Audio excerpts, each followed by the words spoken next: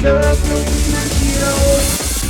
everybody, it's a wonderful occasion today. I am joined by two of the hottest artists out there at the moment, and this is no surprise, the brand new ThunderCats Dynamite comic that has launched recently. I'm joined by the two people behind it. That's Drew and Declan, and I'd like you guys to just say hello to everybody.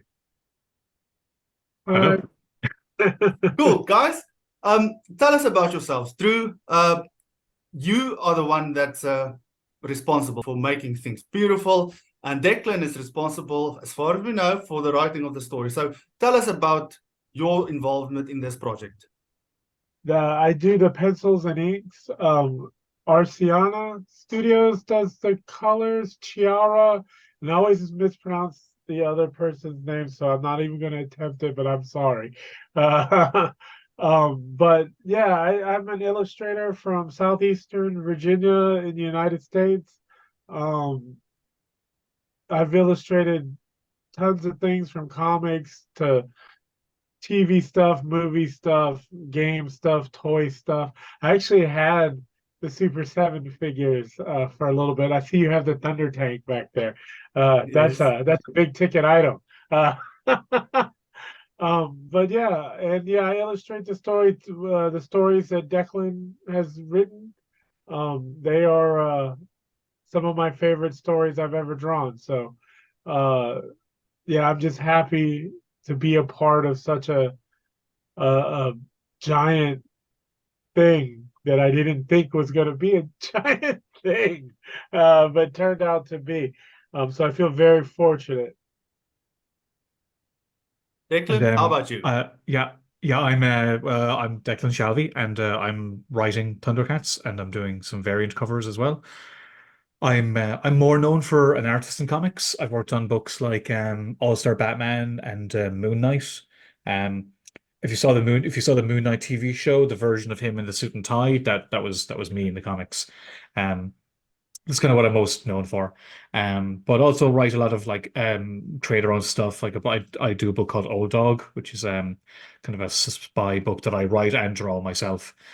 So I do that, and I write Thunder. At the moment, I'm writing ThunderCats as well, which has been great. It was editor Nate Cosby contacted me a few months ago and asked if I'd be interested, and I I was very young when ThunderCats came out, so I remembered loving it as a kid, but I didn't remember like every single thing about it. But I just thought it'd be a really fun book to do, and Drew was brought on, and he's an amazing artist, and we were just enjoying cooking things up together and coming up with a new kind of take on the characters, and then all of a sudden the book sold a gazillion copies, and it's which we were not expecting. I've said to Drew before, I thought the book would be do well because ThunderCats has a passionate following, but I very much underestimated how passionate the following was. So thank you for everybody who's checked out the book. It's been very exciting but very nerve-wracking too. Well, that's understandable. I mean, Oh, and I'm from Ireland, by the way, in case it isn't clear. I live in Ireland. awesome. So, I mean, it's been a while since we had the last Thundercat comic, the actual solo Thundercat, not the crossover that there was with Masters of the Universe. So you just mentioned now how you got involved. You got contacted. So you were approached, both of you, and then you came up with this idea, or did they present something to you that they thought was a direction, or did they just say, "Here's Thundercats. Do you want to do something with it?"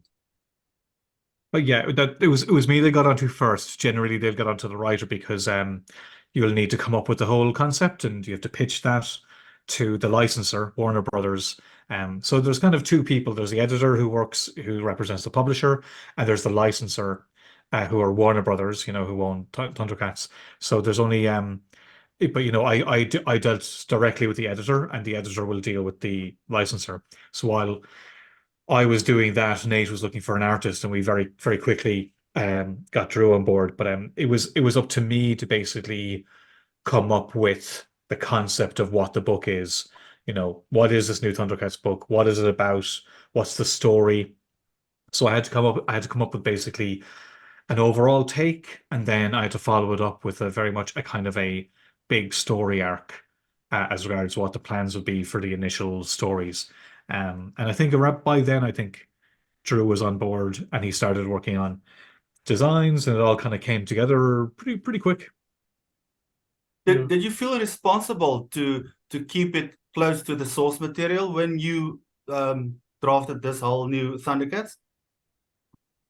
No, we what was good was we were given a fairly open brief. It wasn't like it has to be exactly like anything else. I was aware there was a series in 2011. I mean, actually, I wasn't aware. I became aware of it because, I mean, those years I was in college and I was just trying to like, meet girls. So I missed the cartoon and I missed the Wildstorm comics because I was paying attention at other things. Um, I should have stuck with the comics and the cartoons. That would have suited me better. So yeah, I became aware of them. But my instinct was because it was the original cartoon that I loved. Excuse me. My instinct was to go back to the source material and just kind of how would I say, just nip and tuck parts of it and really take the core story and work from there and do our own things. So we very much wanted to kind of honor the original cartoon, but also not become beholden to it.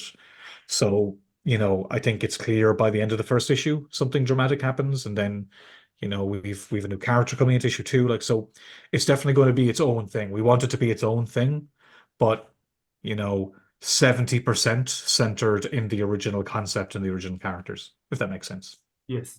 So when you did some research, like you just mentioned now, you discovered things. Was there anything that you learned that you did not know before about ThunderCats? Both of you. What was there anything that you found that in terms of the design or in terms of the history of the show that surprised you?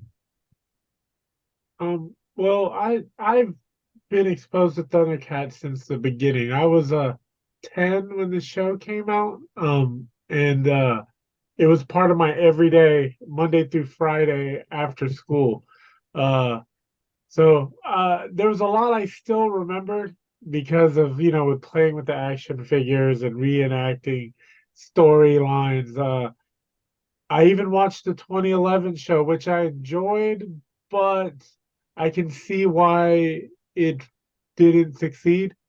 Um, just because it was wonderful stories, but it wasn't like true to the original source material. I felt like it was too different. Even though I enjoyed it, I'm going to say that again. I thought the show was great, but it wasn't really ThunderCats to me.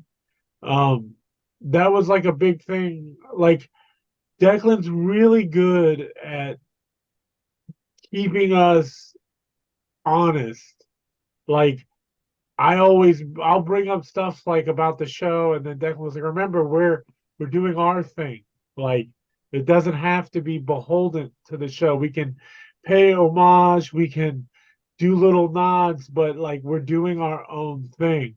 But I will say, even though we're doing our own thing, we definitely pay respects to the original material. Um, I'm surprised that so many of the stories actually feel pretty good now as they did then. They kind of hold up. There's a few that are a little wonky, but it was the '80s, but I feel like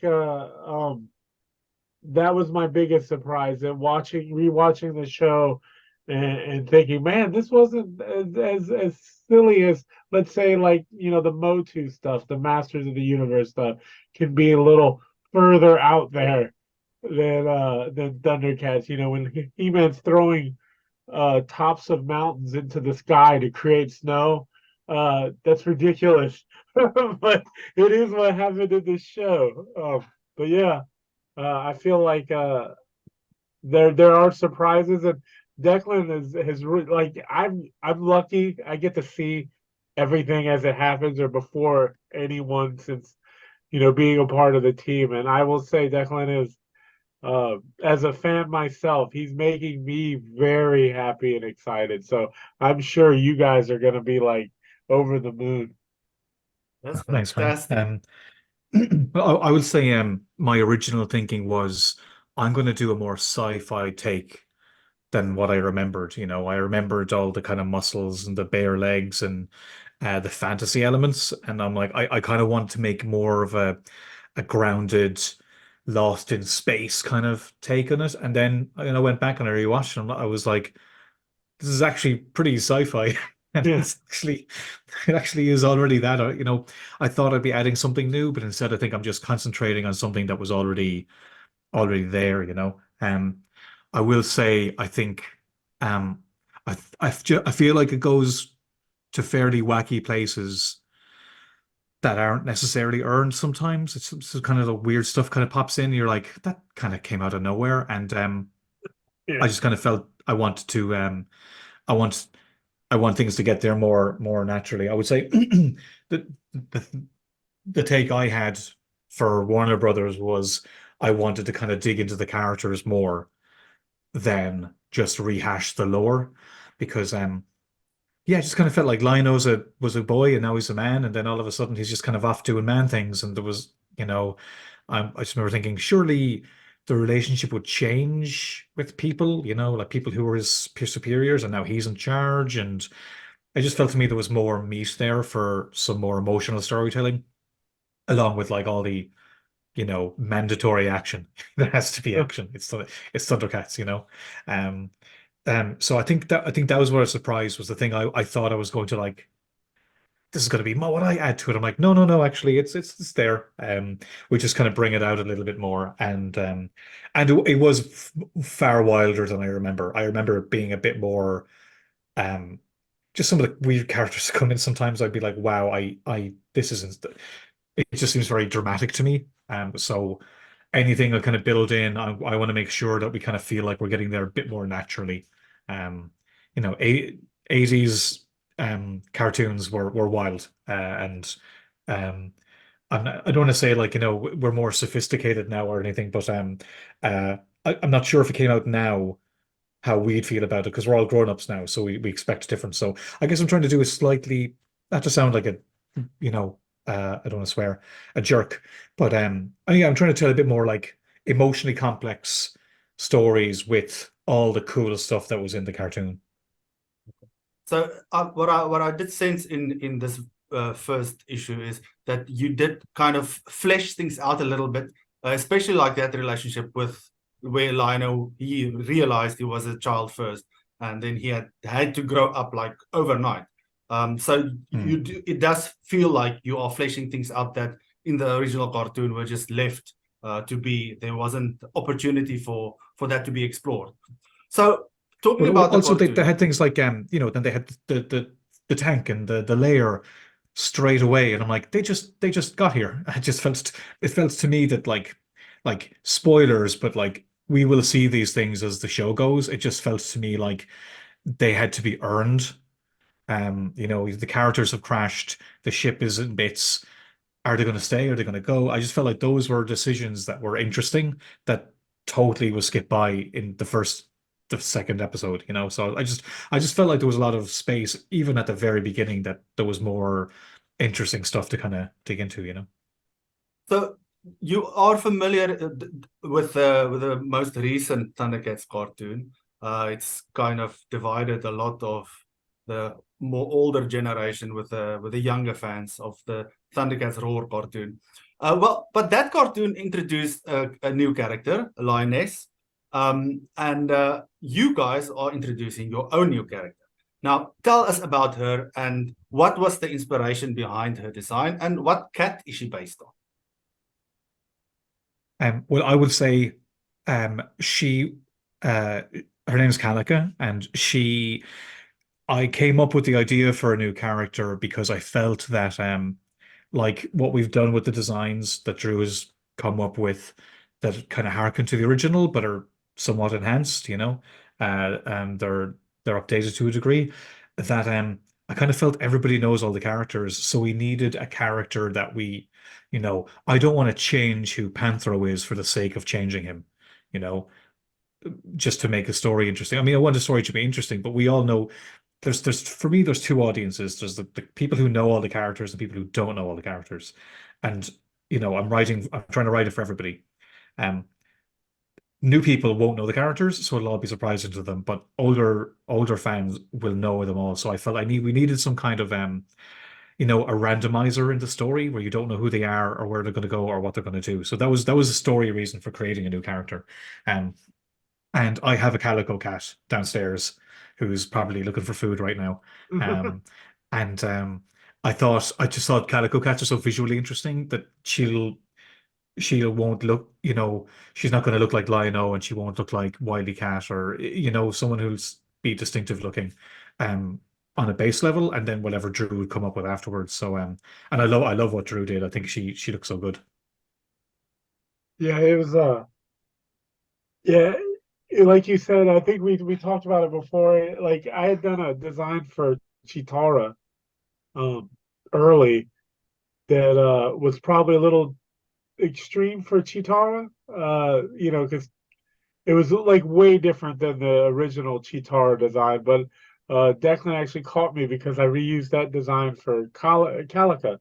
And I also like the spots, the different markings. Like it really adds a lot of visual interest to her, and it definitely separates her from all the other Thundercats. Even though she still wears kind of Thunderian, I guess what we've established is Thunderian fashion or clothing. She still follows that same motif. Um, her her markings make her unique, and the even her hair, she has like a white streak in her hair. Like it's everything is makes her stand out, the orange and white. It's like yeah, I really enjoy drawing her. So um yeah, yeah.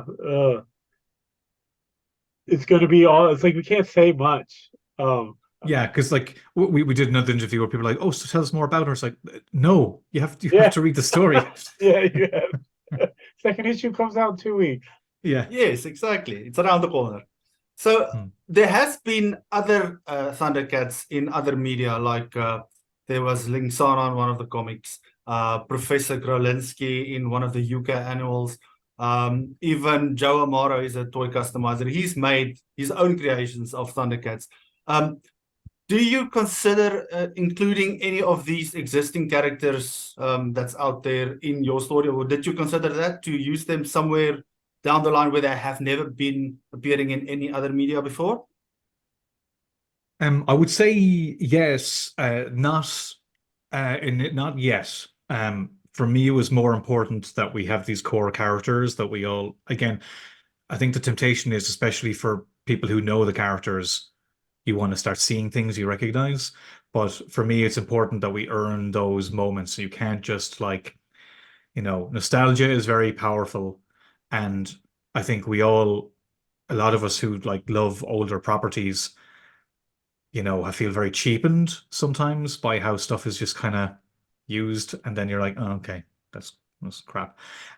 So I wanted to be earned. So my plan for the first year was to basically have a storyline that's just centered on the main Thundercats, and just tell that story.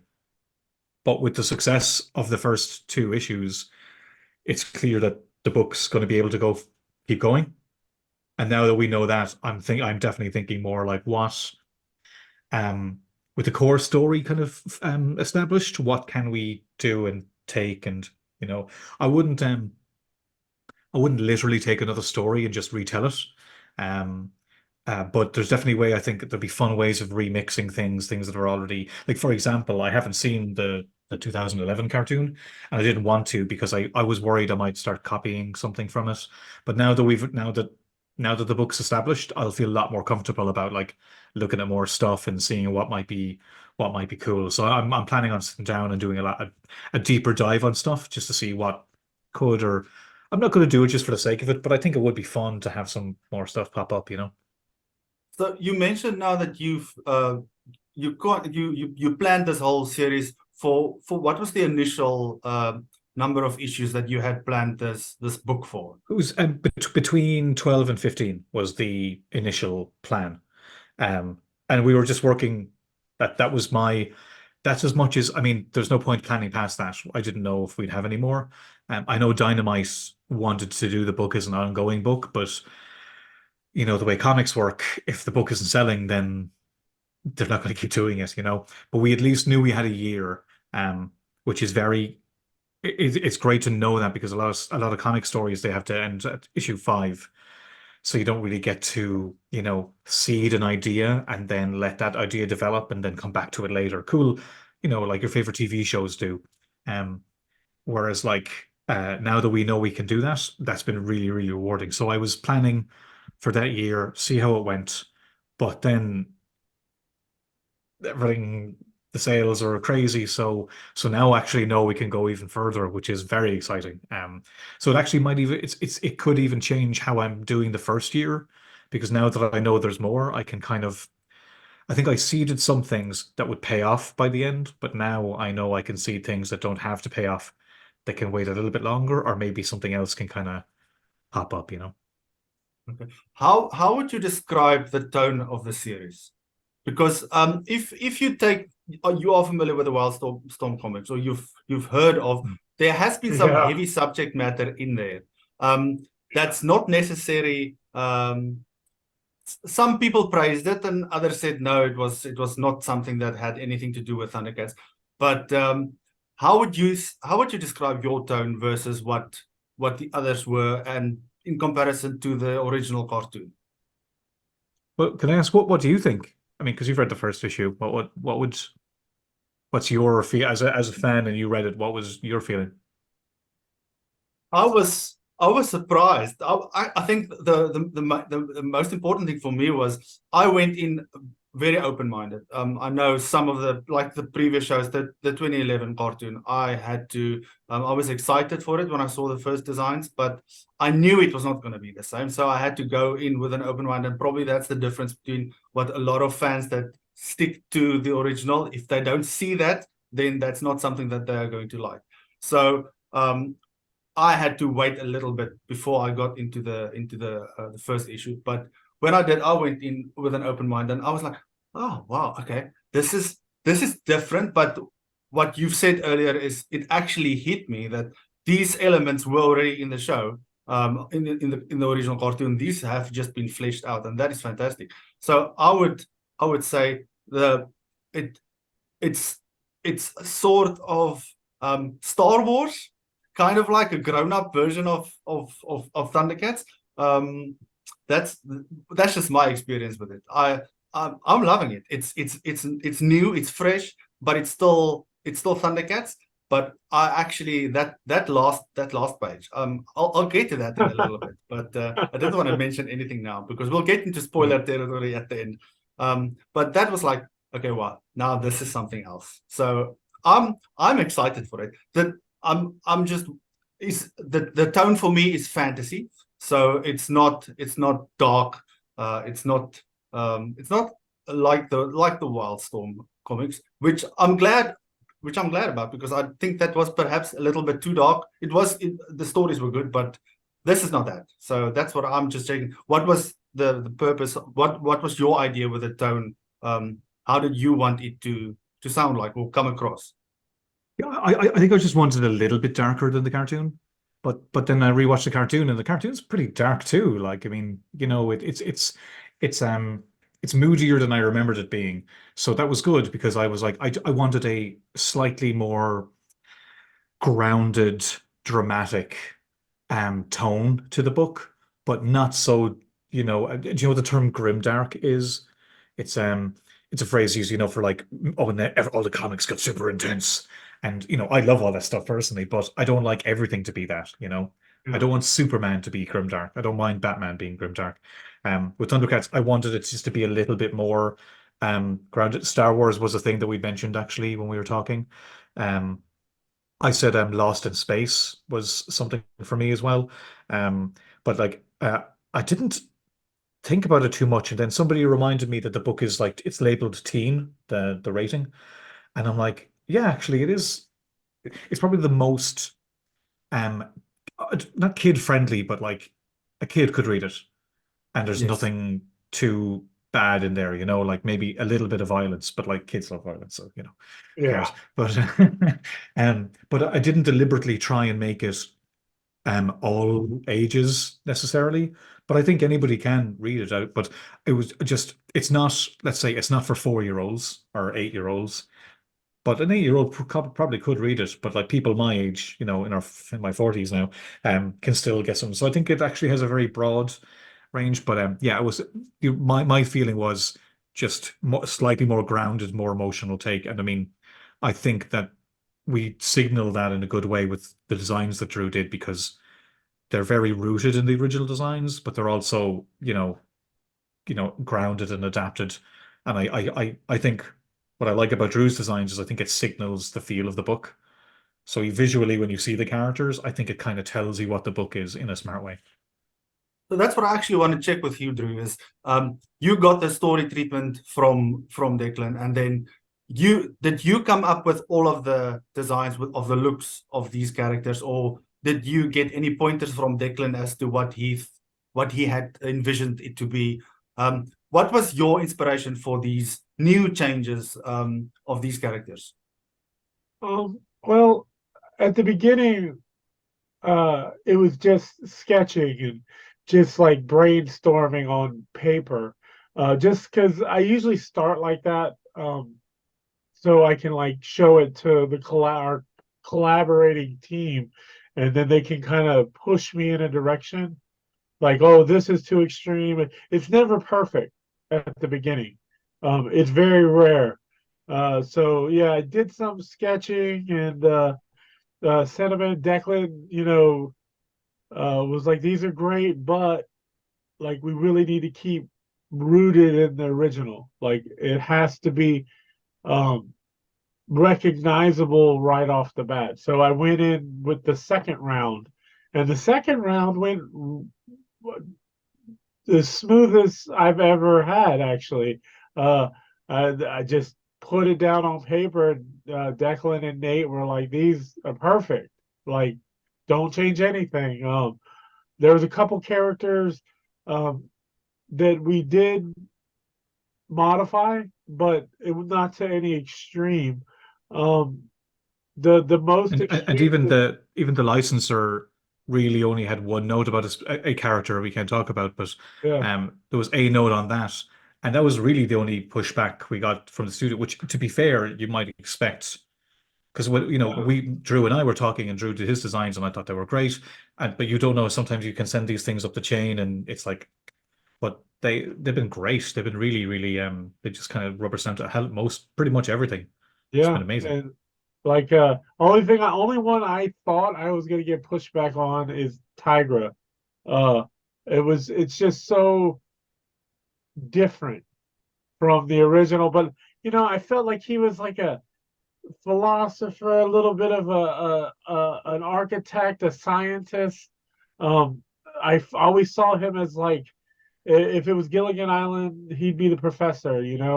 Um, so I thought that added a little regalness, some wisdom into his character. That mustache. But no, they just said these are rad, man.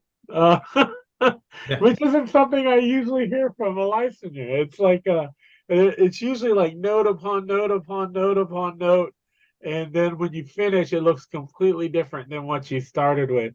But this was, yeah, it was easy breezy, man. I was shocked actually how smoothly it went. It was a nice precursor to what the working experience has been since the beginning. Everything's kind of been easy breezy, knock on wood. So You know what? I I think we should start saying that Warner Brothers insisted we had the mustache. oh yeah, I know. Because some people hate it. So we should Yeah, probably just start saying, "Oh, that wasn't us. That was yeah, well, Warner Brothers. They no one insisted." is indifferent about it. No one's like a little indifferent. Either they're like, this is Yeah. horrible, or I love it. So I've heard both sides. People have messaged me begging me to change it. Um, and yeah, no. I'm Yeah, no, I sorry. love it. But yeah, the designs were like I said, almost like a childhood dream. Being able to redesign something that I held in my hand, and like held dearly. Actually, a comic shop I did a signing at gave me this. Uh, and it is it's a reminder, like for I'm me. jealous. My sister threw my lino down the stairs and his head broke off. So Oh man, yeah, I've this head is like solid. I didn't realize, I forgot that that's the way they used to be. Like the He-Man have rubber heads, that you could squeeze. yeah, yeah. Mm. But these are solid plastic. It's probably why it broke. So, but I've never Yeah. quite gotten over it. I wish I still had my Lionel. I don't have mine anymore. I haven't had mine. Oh I've got no. the Super 7 one. So Okay. you guys have we mentioned this earlier. You've seen these wonderful Super 7 figures. You are familiar with Super 7 Thundercats. Yes. So obviously now you Drew said something that with these redesigns, would you like to see your designs in toy form by Super 7? Yes. Yes. Oh, I even had them when they were the Mattel Toy Club. They did it. I had those. Which the Pumira was a little different. It was off. It was like super tall compared to the other ones. But I had to sell those during the pandemic. It hurt. It broke my heart. Uh, but I'm gonna get Tiger back. He's my favorite. But yes, I would love if Super Seven, if Warner Brothers and Super Seven came to some deal and made them and sent them to both of us. Yeah, that would be the main thing. Please send us one. I'd be so jealous if they do that because like before Drew came on, I think Nate had said if you wanted, you could redesign them, and I was like, no, the whoever draws the book should redesign them, because they're the ones who has to draw them over and over again. Kind of wish I'd done it now. Or if they do make them, I'm definitely going to be like, that. Well, when this comic was announced a few months back, I did interview the owner of Super 7, Brian Flynn, and I did bring it up. I did say to him, "Did you hear about this new comic?" And he said they had just heard of it. And I know that they are allowed, as far as I remember from one of our previous interviews, they if it's official, if it's canon, if it's something that Warner Brothers owns, they can make it. So maybe one day in the future, who knows? They could probably make some of your new designs. I mean, I know there's always contractual stuff with that, Yeah. so you never know. And I was saying to somebody, I was like, I know that's not going to happen.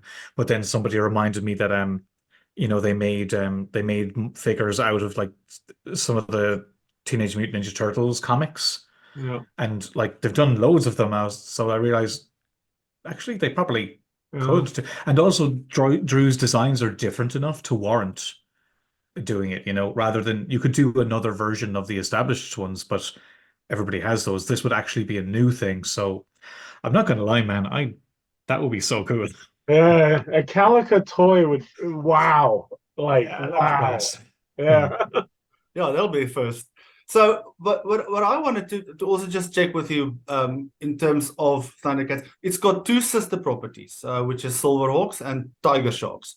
Are you allowed to bring them into the fold, or is because they share the same universe, or is this strictly Thundercats and that's off limits?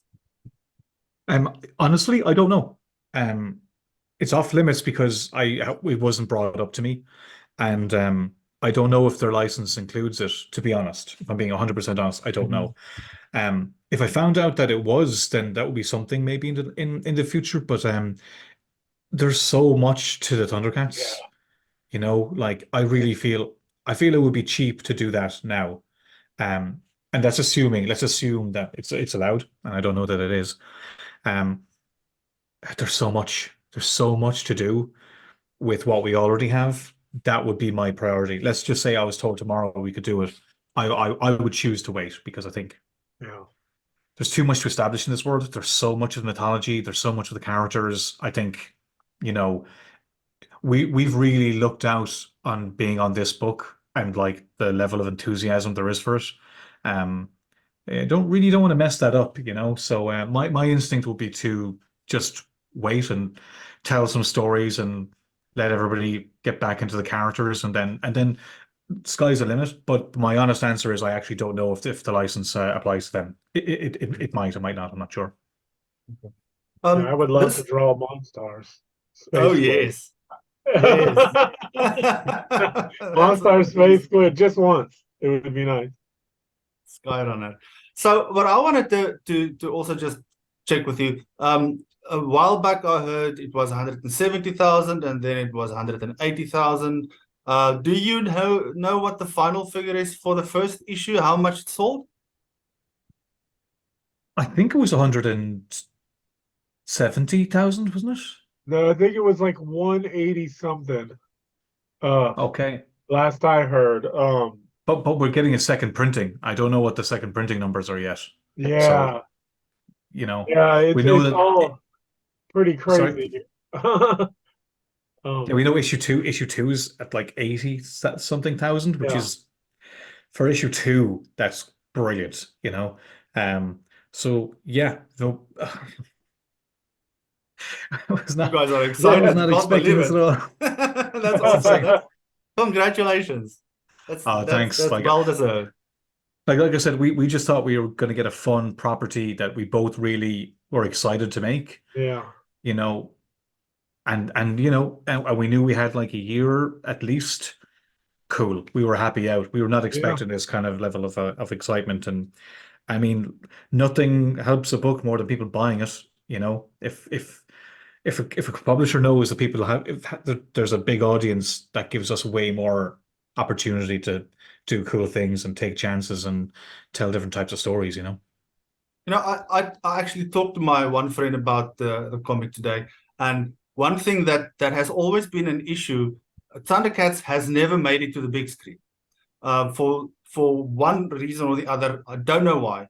Probably the costume design or the way that they looked and all of that. But with this issue, with this new series, I actually said to him, "Listen, this looks like it can transfer to the big screen quite easily. It's like You think? it's built to be made because it's probably more modern. It's more grounded, like you said. This does look like it can be either a Netflix series or a blockbuster movie, trilogy, whatever you want. That is exciting if something that you didn't plan to be like that actually offers that. So let's hope we don't just get toys. We also get movies and more media from your series. So Well, I talking would say about that the level of excitement. I mean, I would have been very skeptical about that, but seeing the level of excitement for this book, I mean, like crazier things have happened. It's actually not Yeah. that on. If it happened, you'd kind of go like, yeah, okay, I get it. You know, Yeah. you don't think when you're making comics, you just think about the comics, and all that other stuff is so far-fetched. You don't really take it seriously. But I mean, I wouldn't be surprised if it happened, have to be honest. Yeah. Just because there seems to be such huge interest, that I did anyway, totally underappreciated. Not underappreciated. I just thought I didn't know it was out there. I didn't know it was still Yeah. out there. I couldn't fathom the amount of excitement. Like you said, most of the time when you're doing comics, you're so head down in your own world that, like, if no one had emailed me or said anything, like, I wouldn't know. Like, I would have just kept my head down and we would have kept making good stories. That's kind of a blessing for us, is that we didn't expect any of this. I mean, a moderate success, but nothing like this. Sure. And to be able to just be like, oh, we have a year, let's just do good stories. And then I think we did. And to be appreciated for it is, yeah, I'm just so humbled. I told Declan, I'm just happy to be here. It's like I don't know how to process it, to be honest. Yeah, I feel a little over. I think because it's only one issue, you Yeah. know, such great Yeah. reaction to one issue. And that's an issue, keep in mind, we didn't know it. We had no idea anyone was going to read, you know. So now I'm Yeah. feeling the pressure a little bit more, but I'm still sticking with the story we wanted to do. But I feel like we're getting too much credit because it's only one issue. Now I'm worried everyone's going to read issue two and hate it, and then I'll have to deal with that, and so it's a little, yeah, it's a little unnerving. But I think what's really helped is, um, I think a lot of Thundercats fans have been waiting for something like this for a while. I didn't see Thundercats Roar, but I remember hearing about it and thinking like that sounds fun. I'd watch that. I didn't, but I just it's because I never got around to it. But I think it's fine for a younger audience to find them that way. That's cool. But I think an established audience wanted like and the same with the 2011 series. That looks I haven't seen it, but it looks right up my alley. I think I'll really like that when I watch it. I just didn't want to watch it while I was developing the this world. Um, but I think probably the established fans have been waiting for something like this probably for a long time. So I think there's anticipation and excitement because there's been no take like this on the Thundercats for a long time. So I think that probably has something to do with it.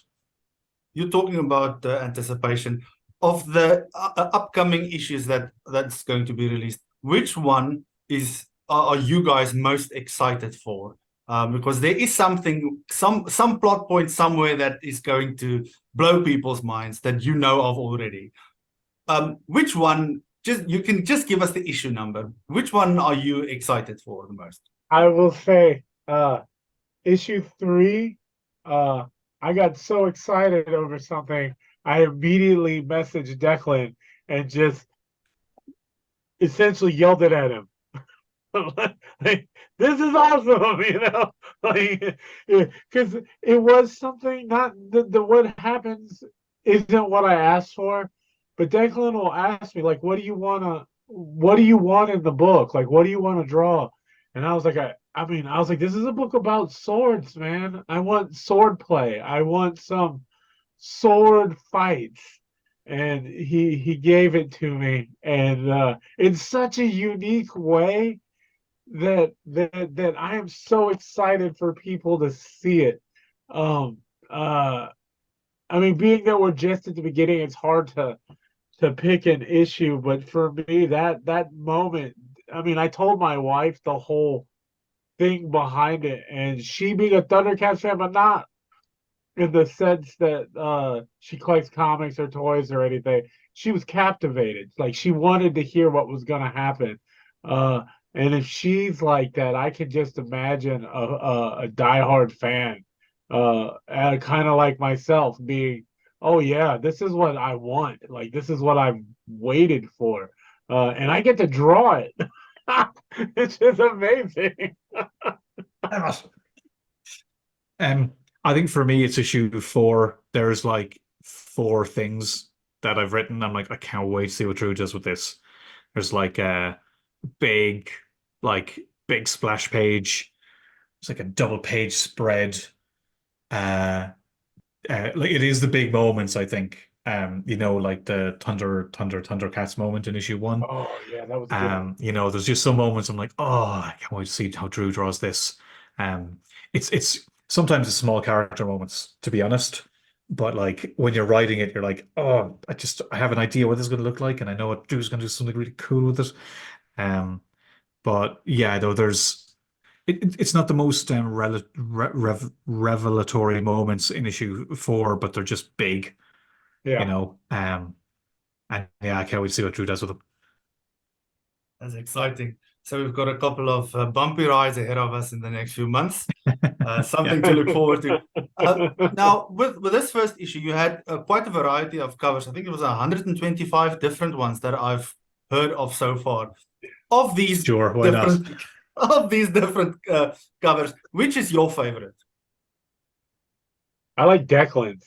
I Declan, like mine too. all of his covers are my favorite. The number 3, and that's not besmirching Jay Lee or Nakayama or Toe. Those guys did amazing jobs too. But man, I'm telling you, I mean, you're talking about issue 1, but issue 3, Declan's cover for that is mind blowing to me. But Thanks, the man. simplicity of Declan's sight beyond sight shot, like it pulls from the show, but it's not a direct take, like a direct copy from the show. Because if you put them side by side, they aren't exactly the same. I like that one, and the gold foil cover with just the ThunderCats logo is my second favorite one. Those two, oh yeah, Declan's. I look forward to that. The messages from Declan with thumbnails or full color shots of his covers. He's a master at cover making. That's why I ask him for advice when I do a cover. I'm like, hey, like, could you help me out here? Well, I just like sending, like, I get so much art from Drew. I like sending something back, I'll send him something else I might be working on, but sometimes, but like, I feel it feels good to be able to show art to each other a little bit. Yeah, it Um, does. no, I really like the covers I've done on the book personally. Like, I know it's a bit wanky thing to say, but it's true. I really like Jay Lee's covers. I've been Yeah, a Jay Lee fan for years, but I really like even he draws the original characters, not the new ones. Drew's designs, but they're always so like interesting looking and yeah, kind of like weirdly high contrast, kind of gothic looking. They look really cool. Um, David Nakayama's ones are fantastic. yeah. I Like that agree. for one for issue one is so cool. Um, I just saw one for issue six, looks amazing. Trying to think what else. There's a good few ones. I can't think. There's so many. There are a Uh, lot. I'm sure I'm going to forget some as well. I saw a Frank Cho one I thought was great. Um, I like all of them. The bigger artists doing covers are generally Yeah, doing the original characters, which I get because that's the ones they know and love. yeah. But I do really like seeing the ones that are like Drew's designs because it feels like this is, they're drawing our characters, not, just the ones that they know and love. Well, that Raphael Albuquerque fan art is like up there too. That Lino, like Yeah. I was jumping up and down when I saw that. I was like, that is gorgeous. Like he nailed it, It's man. not even a cover. I I know. thought it It's was just a cover because we kept seeing people post covers. Rob Liefeld did and all these other people, and I'm like, is he doing a cover too? We didn't know. yeah, And then Raphael Albuquerque posted like a one. I'm like, oh my God, I can't believe he's done one too. Turns out he just did it for fun because he loves ThunderCats, but he drew our Lino. yes. And that's when I think that you're clicking to with something. It's when people are drawing the ones from your book. I think that's a really good sign people are liking specifically what you're doing, not just because they could draw those characters anytime they want. But when they're drawing them, the ones that like we're working on, that's it feels like you're catching the zeitgeist of it. That's fantastic. Okay, now Thundercats is turning 40 in January next year. So I did not know. Oh God. yes, Ah, I we didn't we, I did we are wow. not. old. I didn't We are know old. either. So with all of your different covers, like you've just said, that there's some of them use the classic character designs, and then some of them use your designs through. Would you suggest, or would you want something special for your issue of January next year to have a 40th anniversary feel to it on the cover, or celebrate Thundercats with its anniversary then? Yeah, yeah, Yeah, definitely. I imagine that might come up. So it's yeah, January next year, is it? Yes. yeah. Yeah, Hmm. we'll be way into the book at that time. What, Yeah. issue 11 by that time, I Hmm. believe. So, um, issue 11, that's right after the fill-in. Uh, man, it'd be cool to do a cover with like both of them, like both designs, like maybe on a cake in tears, like go like George Perez with it and put them Yeah. all in there. Oh man. That would be cool. It'd be interesting. But oh man, I didn't even know. That just opens a whole bunch of possibilities in your I mind. have a feeling maybe Nate Cosby might have a plan at the Yeah, editor of the book. he's a It genius strikes me on top of that. he probably has something up his sleeve that we don't know about. Yeah, man. You have to keep in mind, man, we're just working on a comic, and Mm. a lot of this stuff we're just trying to make a good book with these characters. So, um, the success definitely opens up more opportunities, and I think something like that would make sense. I'll bring Yeah, it up to Nate. I'm sure he's got something up his sleeve. Exciting. So I've left this for last. This is now spoiler territory from issue 1. So if you haven't read it yet, you can stop the video now and then come back later. But I've got some questions about this. Now, Panthro is like the leader. He trains Lionel. It's got that feeling like he's his mentor. Replacing Jaga, that is obviously, I'm assuming that he will join them in ghost form later. Or we'll get to that question in a bit. But that is an interesting change. I mean, Panthro did have that dynamic with Lino in the cartoon where he taught him how to drive the Thunder Tank. But here it's like a lot more apparent. Was that on purpose, or did you just feel that he was the perfect fit to train Lino in combat?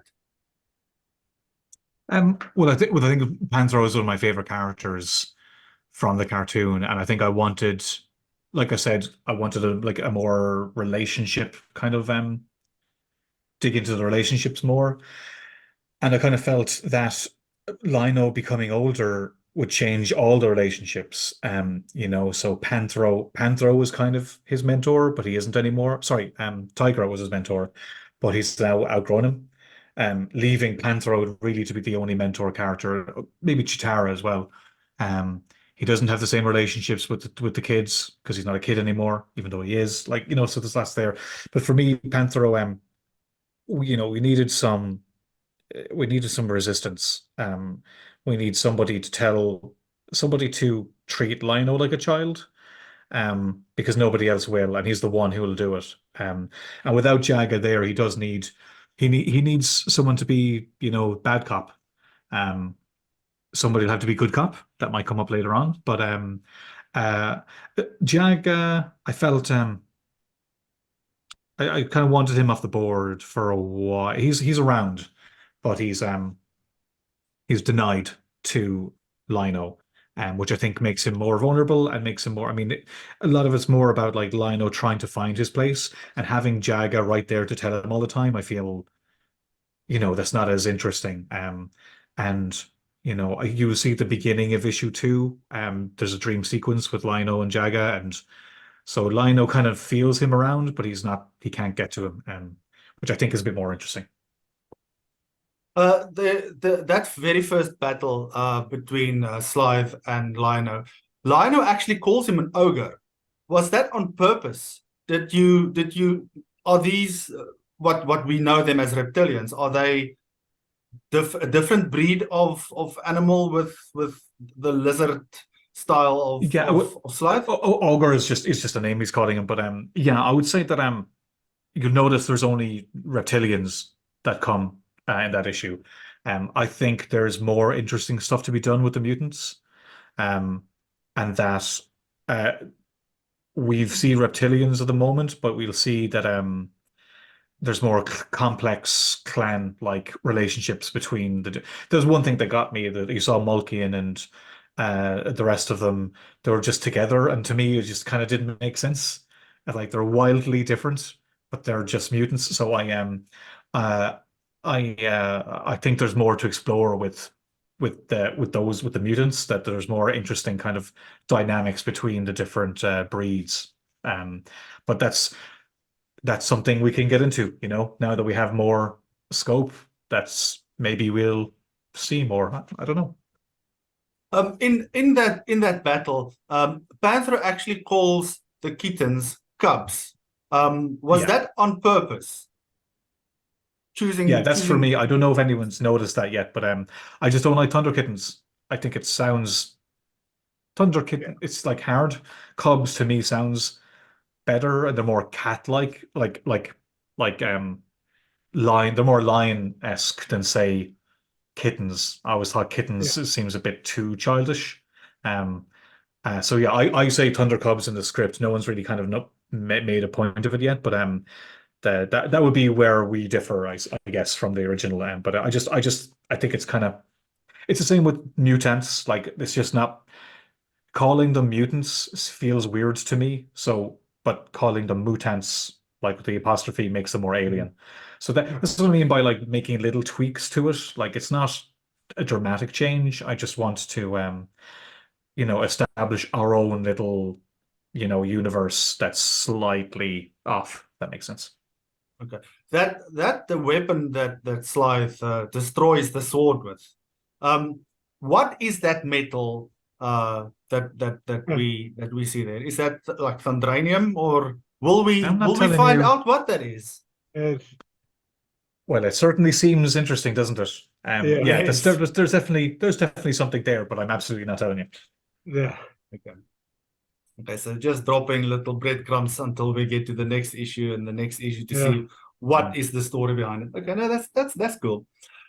Why did you break the Like, yeah, sword? we'll notice something in issue 3, which won't answer any questions, but there'll Oh, be it'll actually ask it'll offer more questions, to be honest. But yeah. When I read it, I we'll was like, "What? Like, mm, like what is what?" yeah, Uh, but again, this is the benefit of being able to tell a longer story, that this is going to be something we can kind of build for a while, you know. Or not. Maybe it's fine. It's nothing. It's just nothing unusual about that sword at all. yeah, it's just metal and Hmm. wood and whatever. And magic. Well, Yeah. you broke the Sword of Omens in the very first episode, the very first issue. Was that shock value? Kind of. I mean, actually, it was editor Nate Cosby's suggestion. Because I think, especially writing the first issue, you're trying to find the balance between, telling the story with characters you know and reestablishing. Because that's one. The downside of the first issue is you are basically establishing things that people already know. Now, for new readers, you're establishing things that they don't know. But if you're an older reader, you're like, you know the gist of it. But it's important to kind of nail that down in the first issue. But it's also important to let the reader know you don't know everything, and Yeah, that there are surprises to come. And I think originally I was a little unsure as to how far we could go or how far we couldn't go. So it was actually Nate Cosby's idea to break the sword, and I was like, we can do that, um, which was great because then it just opened up way more interesting possibilities. I think I was playing it a little bit too safe originally, and I think it's great because the sword is so connected to Lino and his confidence and his abilities, and he's got this amazing power at hand, and then all of a sudden it's taken away, and it just again, so much of the story is about Lino finding himself and and becoming a building. leader, and you don't just become a leader, you know, easily. He's got to have some challenges. So I thought it was such a great idea to take it away from him. Um, but also he's not the only one who wants it. There's this character in a red cloak who also seems very keen. Um, but so shock value a little bit. I mean, if I'm being honest, but it was more just to let the audience know that you're not safe. You know, um, because I think a lot of people are going in expecting certain things, and it's a sign to go like everything you think's coming isn't necessarily coming, but some things are. So it was very satisfying to just pull the rug out under at that moment because I think without that moment it might have even just seemed like it was just a retelling of the animated series, which is not what I don't want people to think that. Well, that ending was like a total shocker because seeing Mamra sensing the sword, and then suddenly when it's destroyed, he realizes it's not there anymore, and he turns to Jaga and asks him, "What did he do?" So you basically introducing two totally different things in there with Mamra sensing it. So he knows something about this. He probably then knows of Thundera and of the ThunderCats. Or of the power or whatever it is that is going on in that head of yours that we are going to find out very soon. And then there's Java that's he's probably either trapped or something, but he's there and he's in spirit form. Can I confirm that he is in spirit form because he's blue? Yes, I mean, yeah, like yeah. in Jagged died much like in the original. yes. He did die getting them to Third Earth. So yeah, so I can confirm that is spirit form. Yeah. Okay. Okay, that's fantastic. We will see Mamra in his ever living transformed version in the future. In the future, probably Okay. not for a while because there's other stuff happening. But like, I mean, come on, it's gonna happen. It has I to. I have I have a drawing for the cover I want to do when that moment comes. So it's definitely, you know, I'm not for all the things where want to show us doing something different. But like I said, in the first issue, we had to have the whole moment. You know, like I'm aware the fandom, you know, needs it. While we're doing something different, I also know it's like we need some things to kind of keep us going, you know. So yeah, it won't be soon, but it's coming. Well, gentlemen, thank you so much for joining me, talking about the first issue of your fantastic, successful new series of ThunderCats. I hope we can do so again in the future when the next issue is out, and make it a regular thing and talk about all the exciting things, because there's so much still to discuss about ThunderCats, and how everything factors in, and then also to hear what you have discovered in watching the 2011 series, because there's quite a number of things that you have mentioned in your way of thinking that actually does appear in the 2011 series. So you'll be surprised when you see things that, Yeah, that you realize. that was my worry, was that if I watched it, it would go in. So that's why I didn't.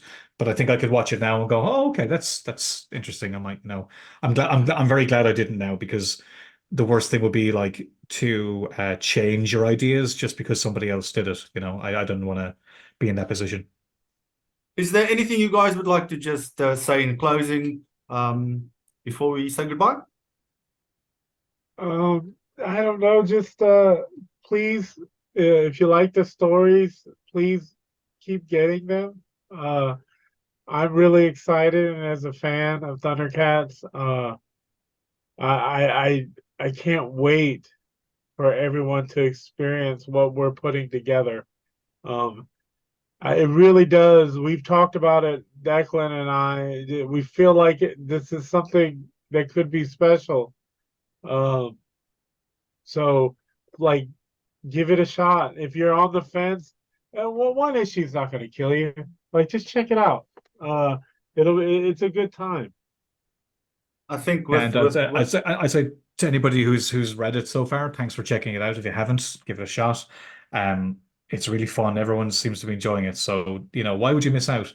And also order cover C, because that's the one I drew, and I want my ego to be like, why is the C cover selling so well? That's what I want. I want Well, you've got me hooked already for issue 2 when you made the announcement of this new character. She looks fantastic. I can't wait to read who she is and how she fits into the story. But it's an exciting time to be a Thundercats fan, to get something on the shelves that's new, that's current. And I wish you guys all the success with the series. And I can't wait to chat to you guys again soon. oh, thanks so much, man. Cheers. Thanks for having us.